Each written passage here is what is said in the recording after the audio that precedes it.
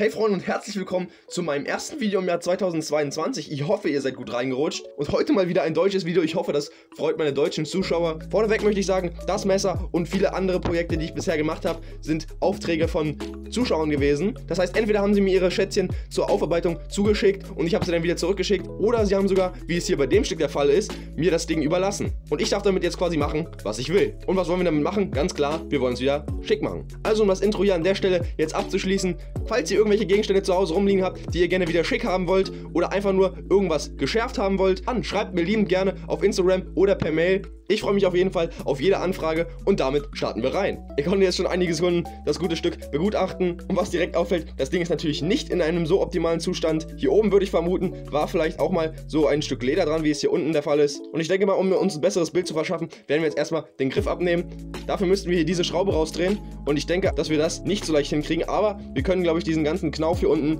einfach abdrehen und das werden wir jetzt mal versuchen.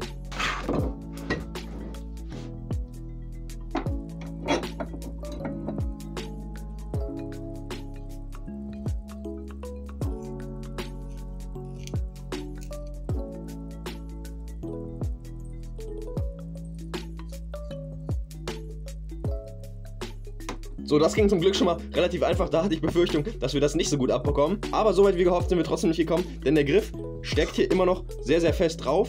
Und ich überlege eigentlich, das ganze Ding jetzt kaputt zu machen, den Griff, weil den hatte ich sowieso nicht vor, wieder zu benutzen. Also ich werde das Ding jetzt ganz vorsichtig mit der Flex aufschneiden und dann abbekommen, damit wir sehen können, wie das Ganze darunter aussieht.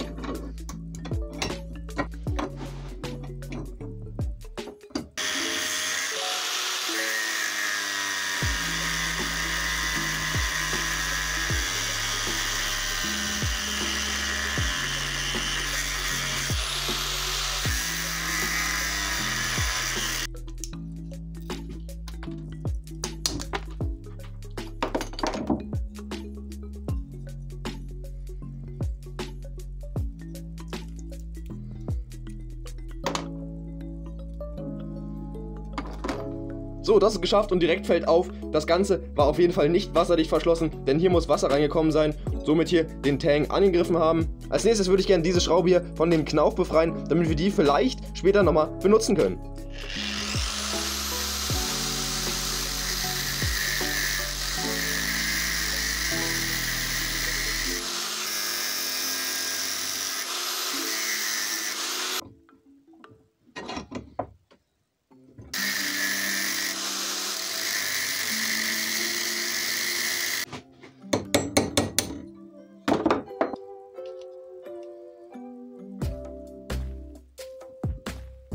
So, sehr gut, die konnten wir aus dem Knauf retten und das heißt, jetzt haben wir eine Schraube, die wir dann später auch für den neuen Griff benutzen können.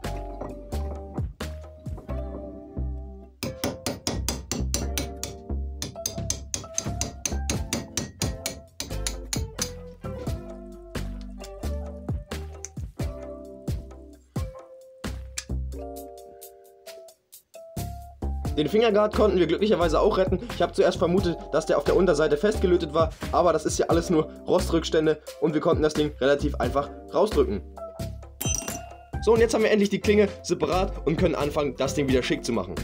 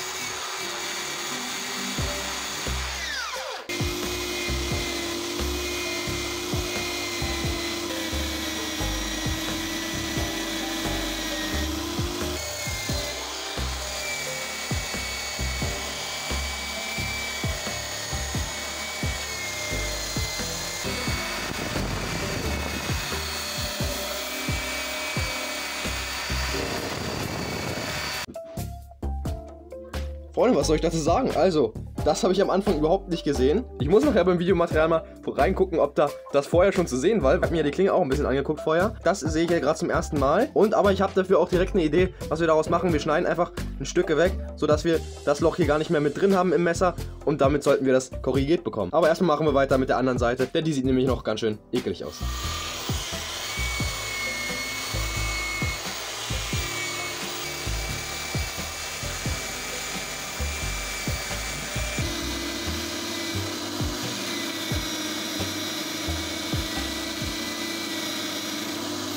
So, also Rost entfernen haben wir jetzt soweit abgeschlossen erstmal. Das heißt, jetzt können wir uns darum kümmern, dass wir dieses Loch hier aus der Klinge quasi rausschneiden. Und ich würde sagen, damit wir die originale Form behalten, passen wir das Ganze hier so ein bisschen an. Das heißt, wir fangen schon hier an, ein bisschen Material wegzunehmen und ziehen das dann hier so ein bisschen nach oben. So hier ungefähr. So denke ich, könnte ich mir das vorstellen. Und jetzt gehen wir einfach mal an die Flex und probieren mal unser Glück.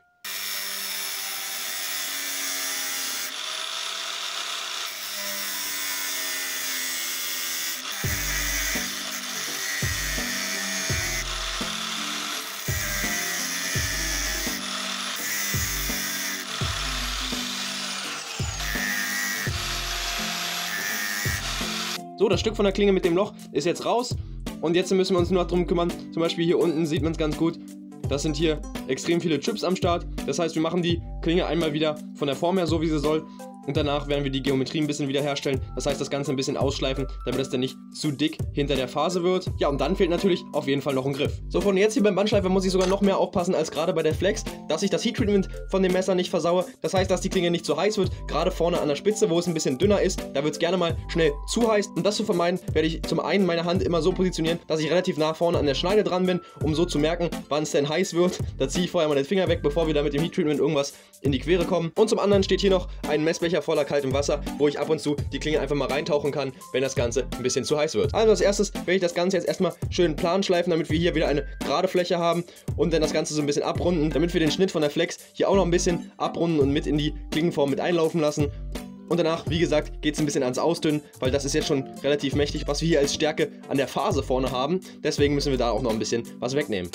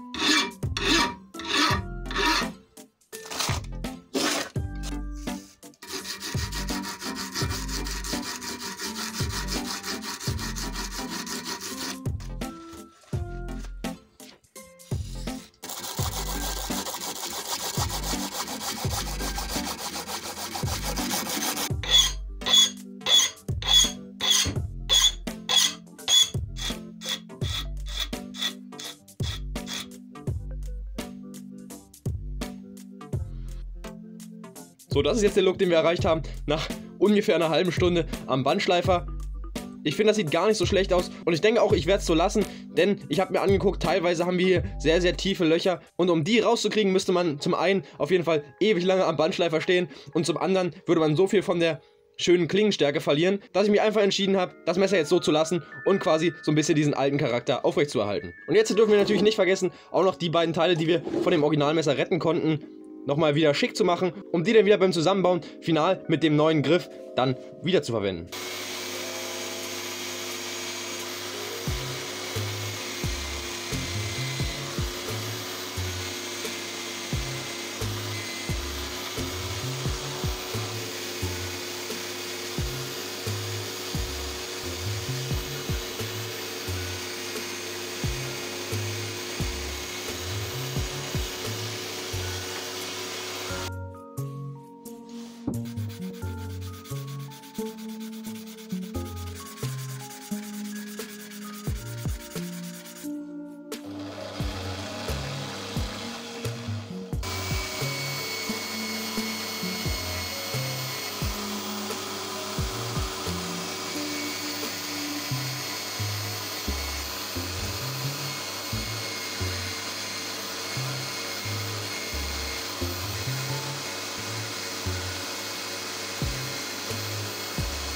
So, ich habe zwar jetzt 2 schwarze Finger, aber auf jeden Fall haben wir jetzt unsere Stücke wieder so, dass ich denke, dass man damit arbeiten kann. Natürlich noch ein bisschen Fingerabdrücke und sowas, die müssen wir natürlich, bevor wir sie verwenden, nochmal richtig säubern. Aber das sieht auf jeden Fall schon mal sehr, sehr gut aus. So, das sind unsere 3 Teile, die wir auf jeden Fall weiter verwenden wollen für dieses Messer. Und es fällt auf, natürlich, was fehlt noch? Der Griff. Und da habe ich natürlich das perfekte Holz, und zwar ist das das Holz, was ich im letzten Projekt schon einmal verwendet habe, in dem, wo ich auch die Scheide genäht habe für das Messer. Bei dem Video hatte ich ja schon erwähnt, dass er mir viel mehr Holz zugeschickt hat, als ich denn wirklich für das Projekt brauchte, und dementsprechend meinte er dann auch, dass ich den Rest behalten darf und vielleicht für zukünftige Projekte verwenden darf, und genau das haben wir heute vor. Denn auf jeden Fall habe ich ja jetzt schon, bedingt durch das letzte Video, Erfahrung mit dem Holz und kann sagen, es lässt sich sehr gut bearbeiten, es neigt nicht unbedingt zu Ausbrüchen und das Finish ist natürlich sehr, sehr geil zum Schluss. Also es lässt sich sehr, sehr fein schleifen und gibt damit ein super Gefühl in der Hand. Als erstes wollen wir das gute Stück natürlich auf Länge schneiden, damit wir wissen, mit was wir für einer Form denn arbeiten können. Und dafür machen wir nichts anderes als das hier anlegen und dann einfach markieren, so lang wie wir es haben wollen. Und das ist in unserem Fall ziemlich genau hier.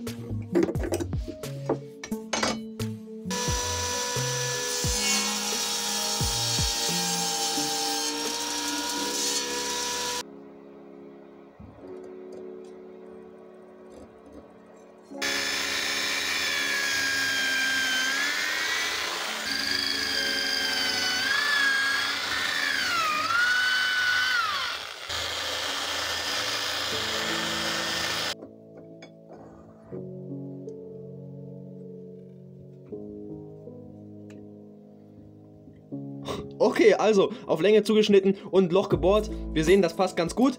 Ich will die Schraube jetzt natürlich noch nicht ganz raufdrehen, weil ich dann Angst habe, dass ich die aus dem Holz nicht mehr rauskriege. Das machen wir dann ganz zum Schluss. Und jetzt würde ich sagen, gehen wir erstmal an die Form des Griffs.